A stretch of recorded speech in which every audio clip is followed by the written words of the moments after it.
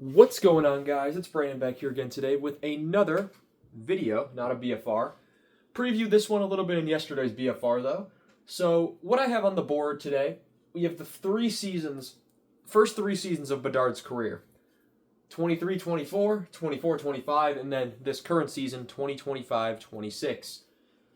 I've looked at the first 10 games on the board, because the first 10 games often tells you how a team might go the rest of the season. It gives you like a kind of prelude to how they might go.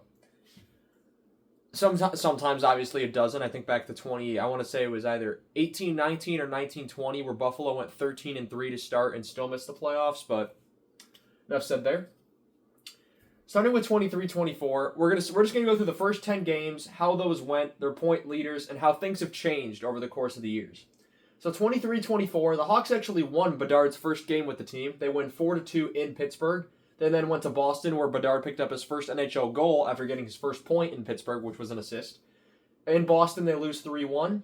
In Montreal, then they lose 3-2 before going to Toronto and winning 4-1. So they're 2-2, and then they lose 4-0 in Colorado, 4-0. So first 5 games of that season were on the road, which is interesting enough.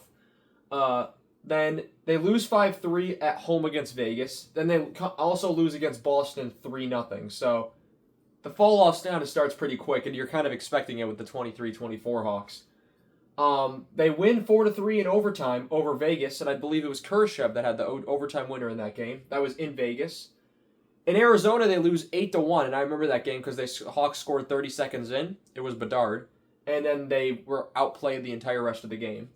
And then they win 5-2 against what would be the Stanley Cup champion that year, the Florida Panthers.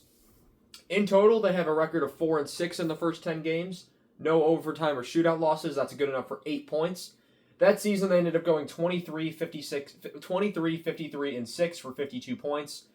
So when you take that into account, they ended up getting a lot worse after this point. 52 points. You need to do a lot worse than 4-6 because let's say you win 4 out of every 10 games. So that means by game 80, you would have won 8 times 10 is, so by 80, so this is 10. So 4 times 8 is 32. 6 times 8 is 48. So it would have been a lot worse it would have been a lot better had they done that. That would have been over 64 points already. So point leaders, you had Bedard, who had 5 goals, 2 assists, and 7 points in those games. Corey Perry, who would be in Edmonton by the end of the season, 2 goals, 5 assists, 7 points. Ryan Donato had 2 goals, 3 assists, 5 points. Nick Foligno, 2 goals, 3 assists, 5 points as well. Seth Jones had 5 assists for 5 points. Mrazek went 3-3 in those games with a .924 save percentage and a 2.77 goals against average. And what do we remember about Soderblom in this season? He was unusable. 1-3 with an .868 save percentage and a 3.75 goals against average. I remember that game against Toronto. He did not win another game for 2 or 3 months. That's what I remember about Soderblom that year. He was unusable. And then 24-25, he had a complete turnaround, which was fantastic. 24-25, they started the season with a loss in Utah for Utah's opener, 5-2. They then went to Winnipeg and lost 2-1 in overtime. But then they went to Edmonton and won 5-2. Before losing in Calgary 3-1 to start off their season on a 4-game road trip. They then came home, they beat San Jose 4-2, they then lost to Buffalo 4-2, they lost to Vancouver 6-3 and Nashville 3-2, and then they went on the road to play Dallas, who they lost 4-2, and Colorado, which they beat 5-2. That record, 3-6-1 for 7 points. Unlike this one where they got worse, they actually got better here. 25, 46, and 11 for 61 points. That's a +9 improvement going from this season to this season, and that's what you expect because they've got out. They went and got Teravainen. They got Bertuzzi. Teravainen shows up on the board here. You got guys like Craig Smith, which we'll get to, who played a pretty decent role with the team through his time here. So Perry was the only one to be moved out of these top point scorers, and of course Perry, his contract gets terminated before he signs in Edmonton. For the Hawks, Bedard leads the way. 3 goals, 6 assists, 9 points. Teravainen, 3 goals, 4 assists, 7 points. Seth Jones had a goal and 6 assists for 7 points. Of course, he would be moved out for Spencer Knight and a first-round pick this season. Donato, 5 goals, 1 assist, 6 points. So you thought Donato was doing well last year. We'll get to him this year. Craig Smith, 3 goals, 2 assists, 5 points. Of course, he and Mrazek would be put in a package for Joe Veleno. And Joe Veleno, who would he be traded for? Andre Burakovsky. It's funny how things work. Craig Smith had 3 goals, 2 assists, 5 points. Vlasic had no goals, 5 assists, 5 points. I did anything above 5 here. I wanted to limit it to 5 players, but if a player tied like Smith and Vlasic, they both have 5 points, so I made it 6 with that one, and I had the same issue with this season. Mrazek went 2-6 with an .896 save percentage and a 3.00 goals against average. Soderblom went 0-1-1, .911 save percentage and a 2.50 goals against average. What I remember about this season is that Soderblom was the better goaltender over Mrazek. So Mrazek had a really decent first 2 seasons in Chicago. I would say Stalock was the better goaltender in 22-23. Then 23-24, Mrazek was easily the better goaltender. 24-25, it was Soderblom that really stuck out. And then we move on to this season, where Knight is the one that's taken them places. So 25-26, they start the season in Florida. They love to play their defending champions, except when they don't. I remember 22 they did. 23, they started the season in Colorado as well. But then they started, I guess not. There was a time where they always opened against the defending champions, it felt. 25-26, they did open against the defending champions. So they lose in Florida 3-2. And that they stuck around in that game later than I thought anyone expected. It was 2-2, and then 10 minutes to go in the third. Florida ends up getting that one. But they played really well against Florida, who didn't have Barkov or Tkachuk, but still. Or Noshek, and then they had injuries in that game as well. They lose 4-3 in overtime in Boston, and that's one where I thought, okay, this season's going to get ugly. They pick up a point, but that's a game they probably should have won in overtime. And they lose this one 4-3 in Boston. They then come home for their home opener. They only start with 2 games on the road this time. They never start at home either. They lose 3-2 in Montreal against Montreal at home in very controversial fashion that game. But Montreal scores with 15 seconds left, but Hawks still lose. So they're 0-2-1 to start. Since then, they've gone 5-1-1. They beat Utah at home 3-1. And then they go to St. Louis and they win 8-3. Before coming back home, they lose 3-2 in a shootout to Vancouver in a game which they should have never even lost because it was a BS call that gave them the loss.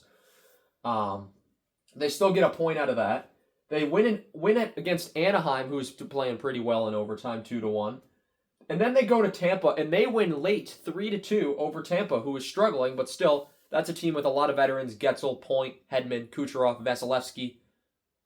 A win in Tampa, that's impressive. They then come home, and I don't know why I wrote 2-1, but they lost, I believe, 3-1 to LA because LA had the empty netter. Although, really wasn't. It was an empty netter. Every loss they've had besides this one was a 1-goal game, and this one was a 1-goal game until an empty netter. So they lose to LA at home, but then they beat Ottawa last night 7-3. They've scored 7 goals more times this season than they did all of last season already. 5-3-2 record to start the season for 12 points. At this pace, you keep up this pace, 5 times 8, that's 40. You're looking around 41 wins at this pace.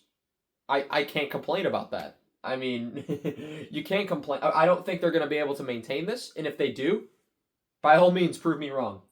But we don't know what their record's going to be, but projected-wise, should be around 40 wins, just if they're keeping at this pace. Again, not expecting it.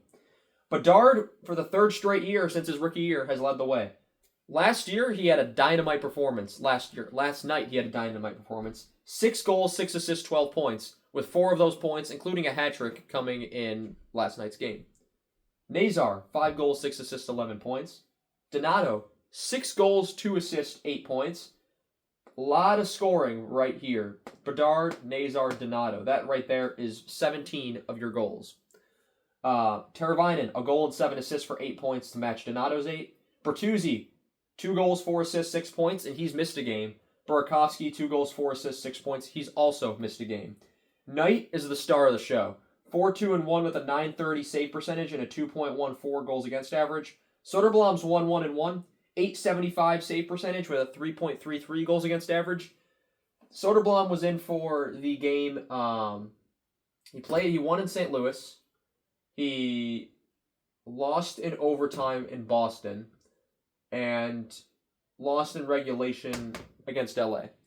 So overall, not too bad of outings from him. Don't want to allow as many goals, but they are also third in the league in goals allowed. They're third best at like 25 or 26. So you really can't complain with what's gone on here in Chicago to start the season comparatively to last couple seasons. Of course, 2022 you can't really beat that in terms of how bad it was. 0-9-1 to start the season, and then following in 22-23 they had a decent start. I believe they've started 4-2-1. Then they fell off, but it's been a work in progress to build up. They went from 4-6, started with 8 points, 7 points. Now they're up to 12 points in their first 10 games. Still in a playoff spot. They have the wild card 2 spot 10 games into the season. And now they have a 6-game road trip that'll really make or break the way the rest of their season goes. I believe they got Winnipeg. They got, I want to say they have Winnipeg, Calgary, Edmonton, Seattle. Don't know if they go to Vancouver, but I know they end the road trip in Detroit. So we'll see. We'll see how this goes for them. Right now, it's a fun time to be a Blackhawks fan, and I haven't said that during the season since probably 2021. Yeah, when they were somehow winning games in 2021, nearly made the playoffs that season when they shouldn't have. But yeah. So I'm gonna thank you all so much for watching. I want you to let me know down in the comments, what do you think of the Blackhawks start this season? How do you think they're going to be able to maintain this form, this winning form, or do you think it's going to slowly but surely drift into one of these two seasons, but they're not going to end with 52 or 61 points, maybe around the 70-point mark or 75 in a pretty good scenario. Anyway, guys, thank you guys so much for watching, and I shall see you guys in the next one. Have a good one.